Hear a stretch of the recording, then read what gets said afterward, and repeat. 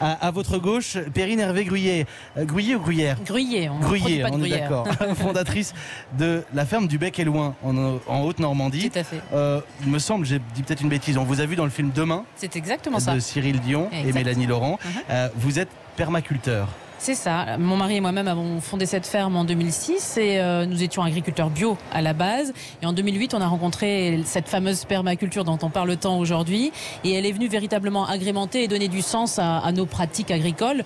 Nous, notre premier métier, c'est de produire des légumes, des fruits et puis d'autres choses qui vont avec. Mais cette permaculture, elle est venue faire se rencontrer notre envie de produire des aliments de qualité, sains, qui vont aider les gens à être en meilleure santé et en même temps de respecter l'environnement dont nous avons hérité. J'allais dire, nous sommes les légataires, cette jolie vallée du Bec et Loin.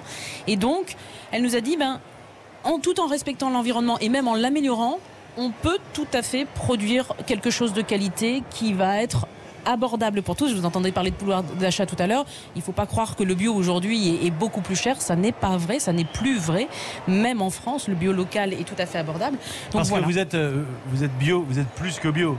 Alors on est bio, on a le label bio, mais on est d'accord qu'on est beaucoup plus que bio. On pourrait être Nature et Progrès, on pourrait aller bien loin, mais pour que les auditeurs comprennent très clairement, en réalité, on produit nos légumes comme la nature produirait n'importe quelle plante. C'est-à-dire qu'on va vraiment imiter les principes et les règles de fonctionnement de l'écosystème, de la nature qui nous entoure, pour pouvoir avoir une productivité digne de ce nom. C'est du biomimétisme.